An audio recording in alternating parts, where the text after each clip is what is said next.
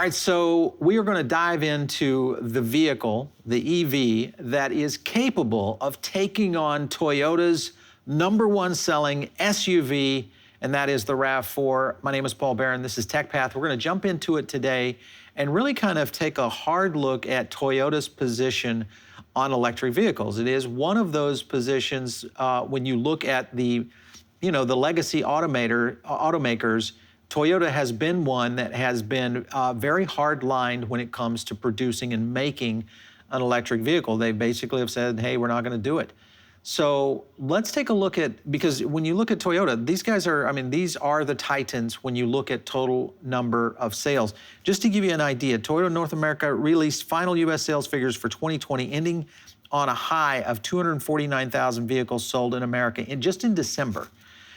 So this continues to flow when you look at their overall 2.1 million vehicles sold by Toyota and Lexus. So when you look at their big sellers, which is being the RAV4, the big one is their SUV, which was, get this number, for the 4th year in a row, Toyota's best-selling model in 2020 was the RAV4 at 430,000 vehicles sold in the U.S. So if Toyota has that kind of market density and penetration in the hottest category, which is kind of that mid-size SUV, the question is, what EV can take them on? And what EV can potentially move to the next level? So I want to kind of break down a couple of things here, and that is the EV sentiment. And the EV sentiment is very interesting because if you look at where EV sentiment is today, and the reason this is important is because you're comparing sentiment right now of electric vehicles and people who are considering purchasing one versus an ICE car. And let's just take on the biggest and baddest ICE car of all, being the RAV4 when you look at the mid-size SUV market. So there was a consumer confidence in the report in the Future Mobility Technologies report, which basically lags behind most automakers in terms of people believing in what an EV can do for them. So I want to get this right. The Mobility Confidence Index for self-driving vehicles decreased for the first time, this was in 2020, from 35 to 35 from 36 on a 100-point scale for American consumers. This came out of the J.D. Power review of this particular report. Now, there's been a lot that has happened in the last year. There's been a lot of companies that have started to move in this direction in terms of releasing. Also, Tesla's Model Y made a huge splash in 2020. Full disclosure, I am a Model Y owner, and I can see why we're starting to see some shifts. So we did some digging into our own data and revealed some pretty interesting data in terms of consumer satisfaction and also sentiment as it related to EVs. Now, again, the reason this is important is because if you are going to take on a Toyota and a RAV4, you've got to be able to win that sentiment game. And previously, when you look at the mobility report, EVs were not winning in the sentiment game. So here recently, in the last 6 months, now we've got some new data. 34% of new car buyers have considered EV in their purchasing decision. That's up considerably, and that's a 2021 update. Here's the number that hurts me the most, and I'm going to do a video on this, but it's 9% of new car buyers would pay or want full self-driving. This is a huge issue for the EV market because it is one of the power features of an electric vehicle, especially when you look at Tesla and just the autopilot and what they're trying to do full self-driving. With only 9% of people who are saying, hey, I'm going to buy a new car and this is the reason I'm going to buy it and it's going to be an EV, full self-driving is a very, very small percentage of the market. And this is one that concerns me because I believe that with full self-driving and autopilot, it's one of the features that basically sells the car, or at least helps in selling the car. I know it was for me. I did not buy full self-driving. Obviously, I'm waiting for potentially the subscription service, and that's when I would probably try it out. So if I didn't buy it, and I'm somewhat of a Tesla bull, I would look at the market overall as this being a big deterrent for potentially adoption into the EV space, and I want to get into that a little deeper, but let's continue on the numbers down. 67% of new car buyers stated that EV would have to be a lower cost than an ICE car due to the range issues. So again, range anxiety and range is still a major deal. And if we're dealing with scenarios right now of almost 70% of potential buyers saying it's got to be as cheap or cheaper, then I don't know if there is an EV that can take on the RAV4. There has to be a big play in this. So I want to break down some of these. Now, there is a couple of things that play into people's decision-making process. And if you look at Consumer Reports, who ranked Tesla at as #1 in 2020, and the slide that we've seen from Toyota, because Toyota has went down in their sentiment on their consumer approval. Let me make sure I've got this right. Yeah, from an 80 down to sentiment on EV ownership, down from 88 points down to a current Toyota at 82. So Toyota's having a bit of a slide problem in terms of sentiment and customer satisfaction versus what is happening over here in the EV space with Tesla. And of course, Tesla is climbing the charts. And of course, when you look at what happened just in the fact of the Model Y, which has become kind of one of the top and most safe vehicles out there, the EV market is now showing some signs of consumer sentiment acceptance. Now, I still believe that we are in a very unique situation right now with EV adoption, and that being maybe twofold. One is price. We've got to get to the $25,000 vehicle to really be able to swing the market over. And we also have to be able to get into these applications that are really going to separate the product from the marketplace. So if you compare maybe the Model Y to the RAV4, it's really not a head-to-head comparison price-wise. Maybe it's close in terms of size, but most likely a RAV4 owner is going to compare against some other vehicles. I want to break down a few of the vehicles there. Mercedes, of course, is playing in this space with potentially rumored a sub 20K SUV.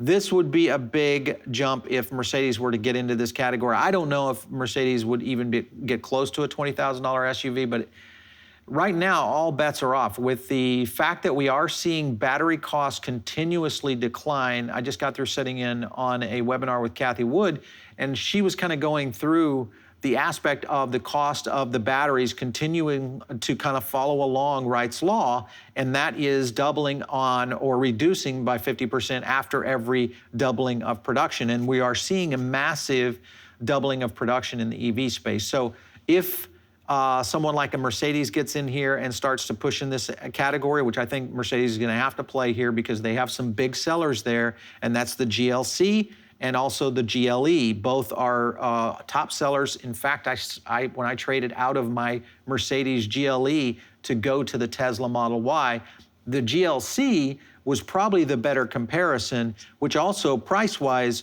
was almost a trade-off for the Model Y. So again, we're stepping up one level in terms of the mid-size SUV market, and whether or not Mercedes can kind of jump down and really compete at the RAV4 level is going to still be a question that is yet to be answered.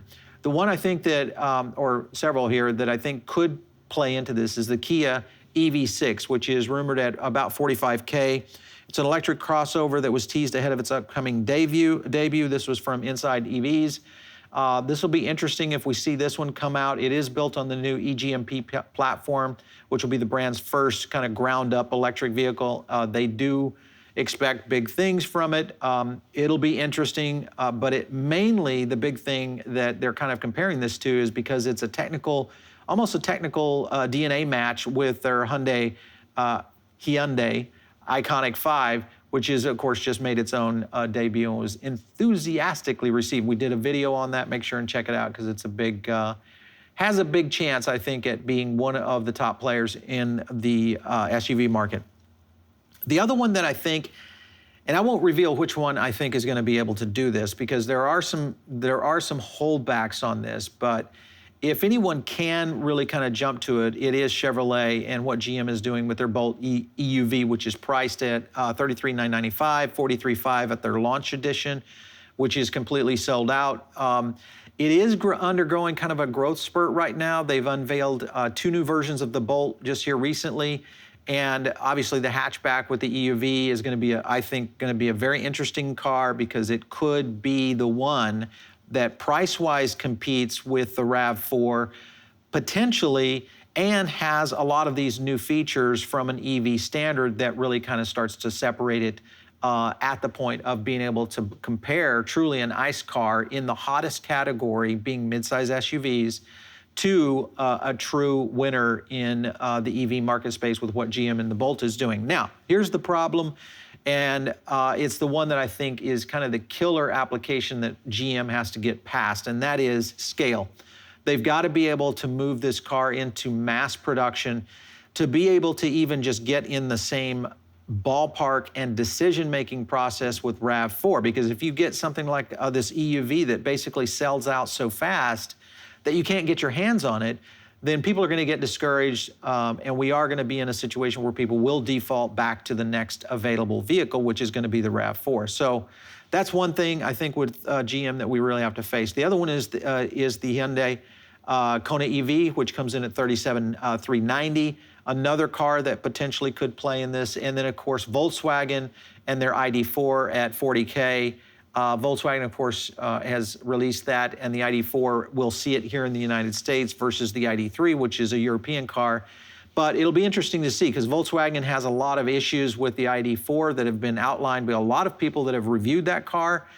You compare Volkswagen to a Toyota, and Toyota, of course, has been just skyrocketing in terms of customer satisfaction, other than just here recently. And when you look at how Toyota is in terms of the creature comforts, if you've ever ridden in a late model RAV4, the car is absolutely amazing.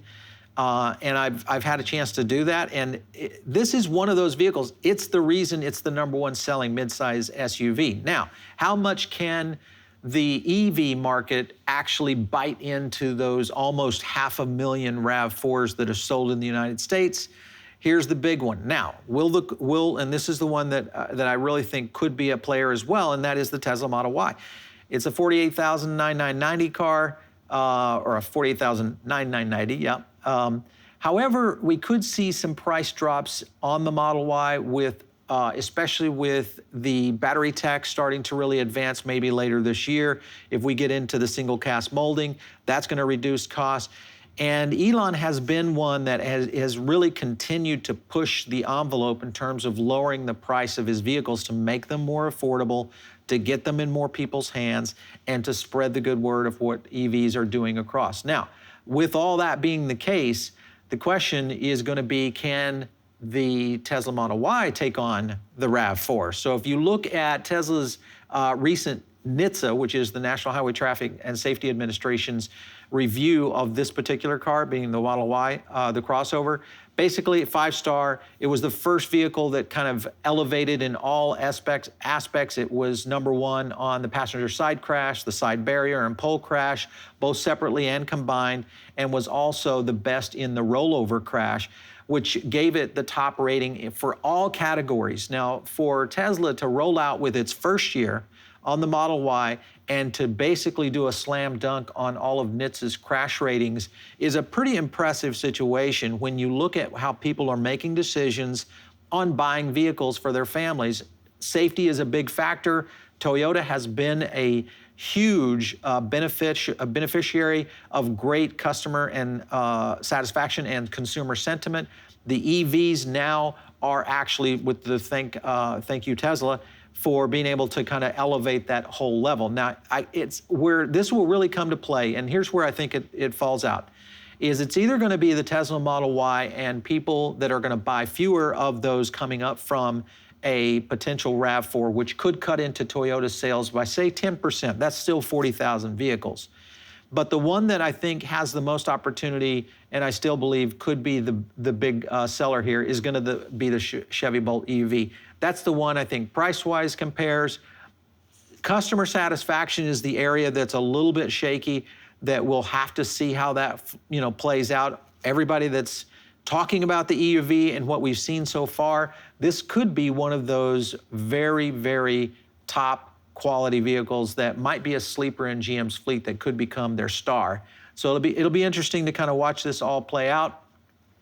But really at the end, when you look at where Toyota is today and where ICE cars are going, Toyota I feel like they've got to make a decision on what they're going to do with the electric vehicle phenomenon that is occurring. It is happening. Are they going to be one of the last, Asian holdouts for developing EV cars? And it looks like Toyota will be. And I think the only way that Toyota starts to maybe sing a little different tune is when their champions, their #1 sellers, such as the Camry and also the RAV4, start to take hits, and they take hits from the EV market. Right now, there is a landslide or a tsunami of EV SUVs that are coming at and for the RAV4. It's going to be an interesting race to watch, and I can't wait to see some of these cars really out there on the market as we continue to see the evolution of where sustainable technology is going to take us in this whole space.